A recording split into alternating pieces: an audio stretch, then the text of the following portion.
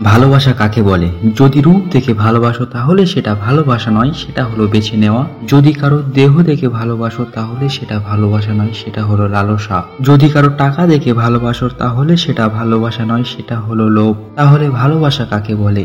যদি কাউকে দেখে বা তার কথা শুনে তোমার হৃদয়টা হুট করে থমকে যায়, তুমি নিজেই নিজেকে হারিয়ে ফেলো, তার কথা তার চিন্তা ছাড়া তোমার আর কিছু মনে পড়ে না, সেই সময় তুমি বুঝে নিও তুমি তাকে মন থেকেই ভালোবেসে ফেলেছো। যদি তুমি এক নজরে তাকে দেখার জন্য ছটফট করতে থাকো তাহলে সেটাই ভালোবাসা। শৈশব প্রতিটা মানুষের জীবনে সবচেয়ে আনন্দ এবং সবচেয়ে সেরা সময়। জীবনের সবচেয়ে সুখের সময়গুলো আমরা শৈশবে ফেলে এসেছি।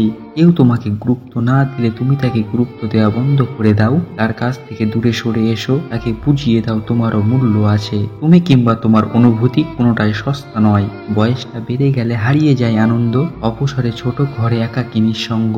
কেউ করে অবহেলা, কেউ বলে অন্ধ, কেউ ডাকে বুড়ো বলে, কেউ করে ব্যঙ্গ।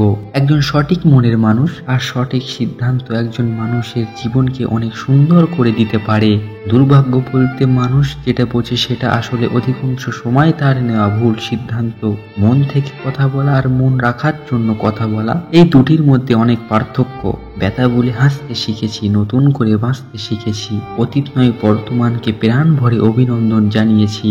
একটু ভাবলেই চোখের সামনে ভেসে আসে অতীত। অতীত বলে দেয় সময়ের ব্যবধানে কত মানুষের অপ্রিয় হয়ে গেলাম। কেউ ছেড়ে যেতে চাইলে তাকে না আটকানোই ভালো, কারণ সে অনেক আগে থেকেই আপনাকে ছাড়তে চাইছিল। এতদিন কোনো বাহানা পায়নি বলে সে ছাড়তে পারেনি, সে যাওয়ার জন্য তার কাঙ্ক্ষিত বাহানা সে আজ পেয়ে গেছে।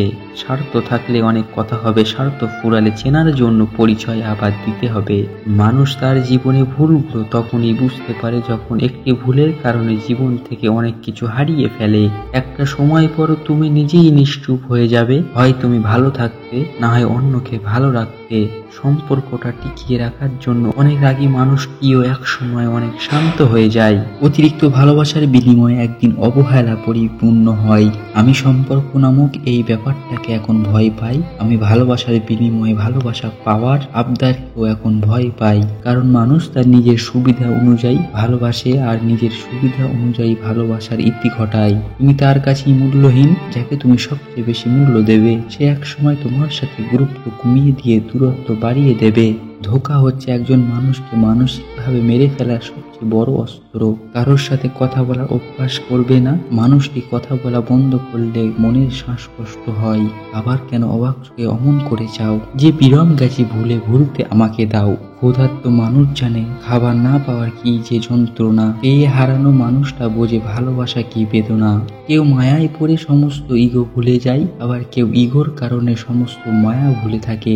বেশি বুঝতে যাস না মন, থাক তুই অবুঝ, শুধু জেনে রাখ বাঁচতে জানলে মরুভূমিটাও সবুজ। নরম কোমল কথা পাথরের চেয়ে কঠিন হৃদয়কেও মোমের মতো করে দেয়। কর্কশ কঠিন কথা রেশমের চেয়েও নরম হৃদয়টাকেও পাথর করে দেয়। কেউ আপনার মনটাকে ভেঙে চুরমার করে দিয়েছে, একটু ধৈর্য রাখুন, পারলে ভাঙা মন নিয়ে নীরব থাকুন, কারণ সৃষ্টিকর্তা ভাঙা জিনিস পছন্দ করে এবং অনেক যত্ন করে পুনরায় মেরামত করে। দেখবেন আগের চেয়ে দ্বিগুণ শক্ত হয়ে গেছে, চাইলেও কেউ আর সহজে আপনাকে ভাঙতে পারছে না। অর্থে সুখ আসে না, সুখ আসে কর্মে, এই কথা লেখা আছে প্রত্যেক ধর্মে। কিছু মানুষ আপনাকে পাথর ভেবেই হয়তো আঘাত করে, তারা ভুলে যায় আপনিও একজন রক্ত মাংসের মানুষ। যে যাওয়ার সে চলে যাক, যেতে দাও তাকে, ঠিক সময় বুঝিয়ে দিও হারিয়েছে সে কাকে। আপনি যখন সত্যি বলতে এবং সত্যি লিখতে ভয় পাচ্ছেন, তখন জেনে রাখুন আপনি দাসত্বর দিকে এগিয়ে যাচ্ছেন। মেয়েদের রূপ না থাকলে কেউ কাছে আসে না, ছেলেদের অর্থ না থাকলে কেউ পাশে থাকে না। যদি হঠাৎ করে কেউ তোমার সাথে কথা বলা বন্ধ করে দেয়, তাহলে জেনে রাখো হয় তোমার কোনো কথা তার মনে লেগেছে, নয়তো তার মন অন্য কোথাও লেগেছে। বিশ্বাস ভাঙার কষ্টে যদি চোখে আসে জল, তবে যেন ভুলটা তোমারই ছিল, অন্ধ বিশ্বাসের ফল। আমার হাতে নষ্ট হয়ে যাওয়ার জিনিসগুলির মধ্যে একটা বড় জিনিস হলো আমি নিজেই।